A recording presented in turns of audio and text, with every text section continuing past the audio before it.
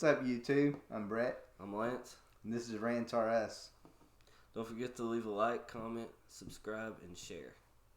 And today we're going to be talking about the new Loki series, Disney Plus. Oh, I'm so excited for this. I actually am too. I'm really excited I'm super excited. At first, when I first heard about a Loki series, I was kind of like, oh man, it's a series. Are they going to try to recast Loki? Because if they did, I didn't want no part of that. When I found out he was still... TomHiddlston's Loki. Yeah, when I found out he was still doing it, I'm all on board. Like, for them to be... He's like, I know they're wanting to get Ewan McGregor for the Obi-Wan series, but, I mean, he's a big-name actor, but to me, Tom Hiddleston. Getting Tom Hiddleston with the Avengers movies is, huge for me. And I've seen him in other things and have not been impressed, but something about him playing Loki is just, that part was made for him. He was made, that's the way I actually kind of felt towards it, too. I mean, Chris Hemsworth as Thor, he's good, but I could see him recast. I don't know. Natalie Portman's going to kind of probably take his place. Who? Natalie Portman. She's going to be the Thor. yeah. But anyway, I know that there's been a lot of questions about what's going to go on with Loki. You'd have been a big fan of that back when we were during the Star Wars days. We were like 10, but 15. I know there's been a lot of questions about this Loki series, like what's going to happen because he was killed at the Endgame. And I know that they're going to have something to do with him getting the Tesseract and going to 2012 and trying to take over Earth. I know that. That's going to be actually a really interesting aspect of it. There's theories that when he got that Tesseract, he created these multiverses. And so I'm hoping that that's how the MCU is going to give us the multiverse plot. Like how it became, because there's the Spider-Man multiverse and all that, when he was killed in Infinity Wars, I thought I was pissed. Then I was like, well, he's a trickster god. Well, so I thought he's going to come back, and then he never came back. I thought that was what was going to happen, that he actually killed one of his little holograms, and he was going to show up at the end and help him in the war. Yeah, and I was thinking, okay, well, everybody's coming back. But then he didn't show up because it was before he snapped. Yeah, he did. He killed him before, and they only brought back everyone he killed with the snap of his fingers. And so to me, I kind of felt like, okay, this is going to be awesome. Yeah, that they're kind of giving it a redo. I will admit, I'm a little disappointed by the timeline. I wanted it to be kind of a sequel to what went on in Endgame. Well, he's alive. I kind of feel like with the way they're it seems like they're gonna go with it. We're gonna get to see him go from Loki growing into Loki. Like it's almost gonna be kind of like Star Wars: The Clone Wars series. On Disney Plus, what was on Cartoon Network? You started seeing Anakin, a new side of Anakin, like the growth in it, but there was that inevitability factor of I think he's that going to turn bad. I think that with Loki, it's going to kind of be the backwards. Yeah, it's going to be the opposite. He's going to start out where he wants the power, screw my brother, all that. To him growing into, I want to be a good brother. I want to be a good guy. Just because I'm the god of mischief, don't mean I can't be a hero type mindset. Yeah, I look forward to it. I almost kind of wonder if later on, is this going to tie into the new Doctor Strange movie?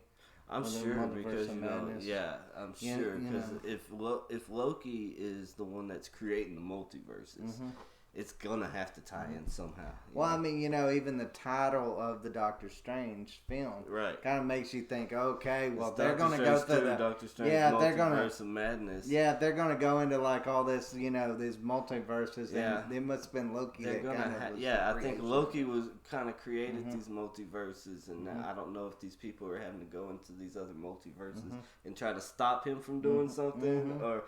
What that's all gonna, there's so many questions when it comes to the series because it's still in so much development. It kind of, to me, when it comes to this Loki series, though, I'm like, if he had the power to go back in time and all that, or he would have seen, if he could go back in time, he probably could go in the future. find out what his future was, and then prepare. Now I know he's gonna. I know they say that he's gonna use that Tesseract to change a lot of historical events and be Loki. I mean, he's got mischief. Yeah, he's gonna cause mischief. He's gonna cause chaos. That's what he does. I can't wait.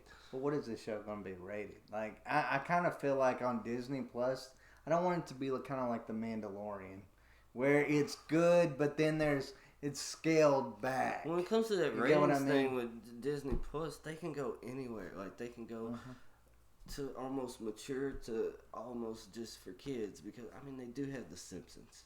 They do have The Simpsons, but see, you're looking at The Simpsons 1990s when we were kids. With it that it was bad. Now the Simpsons, those episodes are still on the there. Simpsons, that's what I'm saying. But I mean the so Simpsons. The ratings but you could have taken those Simpsons and put that on Cartoon Network now, and it would have been like now. That's what I'm saying. So I don't think ratings is going to be an issue like it used to be when we were kids. Yeah. Like it's not. I mean, I see where you're coming from though, because it's like they have a lot of kind of I won't say risky things. On Disney Plus, but they've got some stuff there's been things in all more than Disney G, movies. There's things back in Aladdin that we didn't understand when we were kids. And you're like, did he just say that? I know. You're like, did he just say that? I run into that fact all the time when it comes to so I'm saying that's why I don't think ratings is going to matter, because if they think they can hide it with kids, they're the only ones that are gonna understand it. Oh, the kids ain't gonna get it, but the adults will. You want to? I have to just say this, and this is way off topic, but I've got to say it. Try watching The Brave Little Toaster now as an adult. You'll be like, what is this? Ren and Stimpy. Like, this is the Ren and Stimpy. Don't get me started. I didn't notice it when I was didn't a kid, either. I mean, but now, oh my god, how did that even make it on television at any point? I'm saying, if they think they can, slide it under the rug without even parents probably won't catch it, because they don't. Well, I just a lot of parents, I'm just saying, ain't paying close attention to what their kids are really watching. If they think they can slide it under there, they're gonna. See, that's anything, not just Disney. See, I like The Mandalorian. I love The Mandalorian, but I kind of felt like The Mandalorian, they really scaled it down for like children. I'm looking forward to season 2 of The Mandalorian. I am too. It was hit and miss with me with it was hit and miss with me with season 1 of Mandalorian, but bringing in Ahsoka Tano by itself makes me be like, can't wait to watch this. Me too. That's the same way with this Loki film. I mean, if it was a Thor, with me, series, I'd be like, okay. With me, for The Mandalorian,